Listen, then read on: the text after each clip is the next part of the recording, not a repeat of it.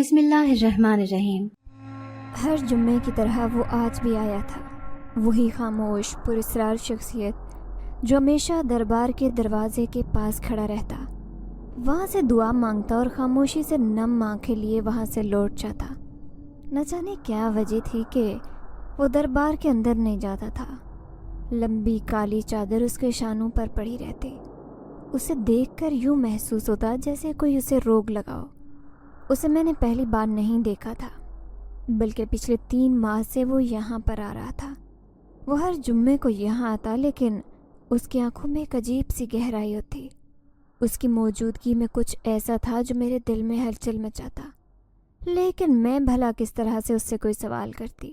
میری اتنی اوقات ہی کہاں تھی؟ یہی وجہ تھی کہ میں اس کے بارے میں زیادہ جاننے کی جرت نہیں کر سکی۔ وہ ہمیشہ چپ چاپ آتا، پھولوں کی طرح دیکھتا اور پھر دربار کے اندر چلا جاتا۔ کبھی کبھی لگتا جیسے وہ کسی اور دنیا سے آیا ہو۔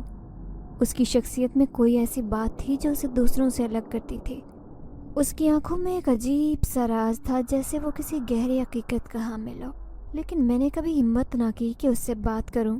شاید وہ بھی کسی ایسی دعا کے ساتھ یہاں آتا تھا جو اس دنیا سے بہت دور کی تھی۔ میرا نام آفرین ہے، میں داتا دربار کے باہر پھول بیچ کر اپنا گزارا کرتی ہوں، اور میں اپنے بخت میں شاید صرف سیاہی ہی لکھوا کر آئی ہوں، کیونکہ میں جن والدین کی اولاد تھی وہ مجھے اپنے وجود سے دور کر کے کسی غیر کے حوالے کر گئے۔ نہ جانے ان کی کیا مجبوری تھی کہ ان کو مجھے یوں کسی کے بھی حوالے کرنا پڑا۔ خود وہ لوگ کہیں دور جا کر غائب ہو گئے تھے۔ پھر جس ماں نے مجھے گود لیا تھا، اس کے 3 سال بعد ہی ان کے شوہر کا بھی انتقال ہو گیا۔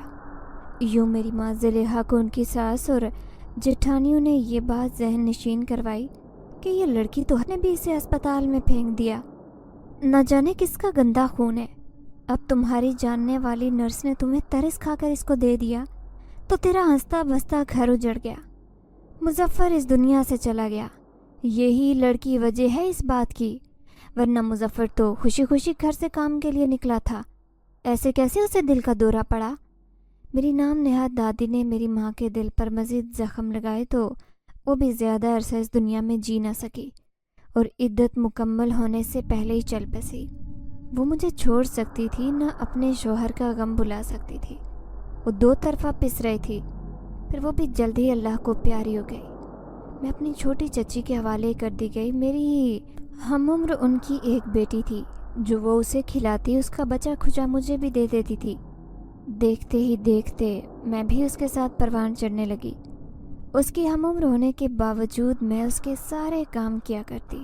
دیکھتے میں بھی اس کے ساتھ پروان چڑھنے لگی۔ اس کی ہم عمر ہونے کے باوجود میں اس کے سارے کام کیا کرتی۔ اس کے جوتے اسے پہناتی، وہ اسکول جاتی تو اس کو میں تیار کرتی۔ اس کے جانے کے بعد چچی مجھے گھر کے کام کاج بولتی تو میں خاموشی سے کرنے لگتی۔ میں جانتی تھی کہ میرے پاس منع کرنے کا آپشن بھی موجود نہیں ہے۔ انہوں نے ہمیشہ مجھے یہ بات یاد دلائی کہ میں ایک یتیم بچی ہوں، ان کی اپنی بیٹی نہیں ہوں، اور وہ مجھ پر احسان کر رہی ہیں کہ مجھے پالا ہے اور اتنا بڑا کیا۔ شروع سے ہی میرے اندر احساس کمتری شروع ہو گیا تھا کہ مجھے کسی بھی کام کے لیے منع نہیں کرنا۔ میرے چچا کی ایک اچھی دکان تھی، وہ بھائیوں میں سب سے غریب تھے کیونکہ باقی سب اپنے اپنے کاروبار والے تھے، لیکن چچا سب سے چھوٹے تھے، شاید اس لیے بھی اپنے حق کے لیے لڑ نہ سکے۔ ان کو ان 2 کمروں کے مکان میں الگ کر دیا گیا اور ساتھ مجھے بھی ان کے سر پہ سونپ دیا گیا۔ دادی نے تو کبھی مجھے ہاتھ تک نہیں لگایا تھا، بلکہ وہ مجھے ہمیشہ کسی کا گندا خون کہہ کر ہی پکارتی۔ ان کا ماننا تھا کہ میں کسی کے گناہ کا عکس ہوں۔ مجھے اسپتال کے جھولے میں چھوڑ دیا گیا تھا۔ یہ ساری وراثت میرے والدین کے گزر جانے کے فوراً بعد ہی ہو گئی تھی۔ پہلے 4 بھائی ایک ہی مکان میں رہتے تھے، میری دادی کے گھر میں۔ پھر جب میرے ماں اور باپ دونوں نہ رہے تو ان کا حصہ مال غنیمت سمجھا گیا۔ میرا تو کسی کو خیال ہی نہیں آیا تھا، لیکن سننے میں آیا تھا کہ جو چچا میری ذمہ داری اٹھا رہے ہیں وہ فقط اس دکان کی بدولت جس پر وہ گزارا کر رہے تھے، کیونکہ وہ میرے والد کی خون پسینے کی کمائی سے بنائی گئی تھی۔ شاید اس لیے انہوں نے اب تک مجھے اپنے ساتھ رکھا ہوا تھا۔ میری زندگی ہمیشہ سے ایسی رہی تھی، سختیاں اور مشکلات میرے ساتھ پیدائش سے جڑی ہوئی تھی۔ بچپن میں ماں باپ کا سایہ چھن گیا اور پھر وقت کو سنبھالا۔ میرے خواب ہمیشہ ادھورے رہے۔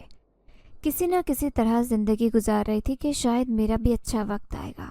کبھی کبھی دل میں خیال آتا کہ میں بھی ان لوگوں کی طرح مرادیں لے کر اس دربار کے اندر جاؤں، لیکن میں جانتی تھی کہ میری دعائیں شاید اس دربار کی سیڑھیوں سے بھی آگے نہیں بڑھ سکتی۔ اسی لیے اپنے دل کا بوجھ اپنے پھولوں کے ساتھ باندھ لیتی اور چپ چاپ ان لوگوں کو دیکھتی رہتی جو دل میں امیدیں لیے یہاں آتے تھے۔ پھر وہ لمحہ تھا جب میں اپنے روزمرہ کی طرح پھول بیچ کر واپس اپنی زندگی کی طرف لوٹتی، جہاں غربت اور بے بسی میرا انتظار کر رہی ہوتی۔ سارے پیسے چچی کو تھما کر میں دن بھر کی تھکن کو اپنے ساتھ لیے سو جاتی۔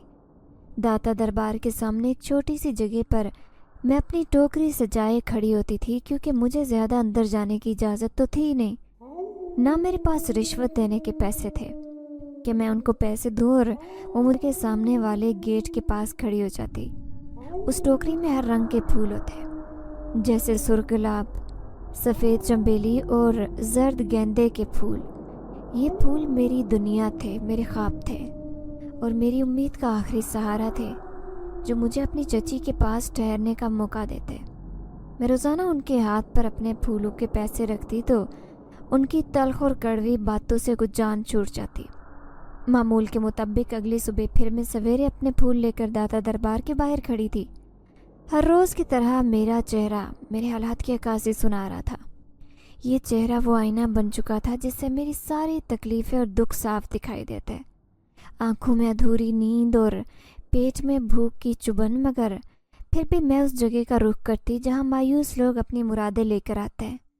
صبح کو مجھے ناشتہ بھی نصیب نہیں ہوتا۔ چچی اتنا سویرے جانے کا کہہ دیتی۔ وہ کہتی تھی کہ اکثر لوگ جب اپنے کام پر جاتے تو اس دربار پر حاضر ہو کر اپنی منت مرادیں مانگتے، تبھی تو تیرے پھول بکیں گے۔ اگر تو کھانے پینے میں وقت ضائع کرے گی تو کمائے گی کیا؟ میں حیرت سے ان لوگوں کو دیکھتی جو یہاں آتے۔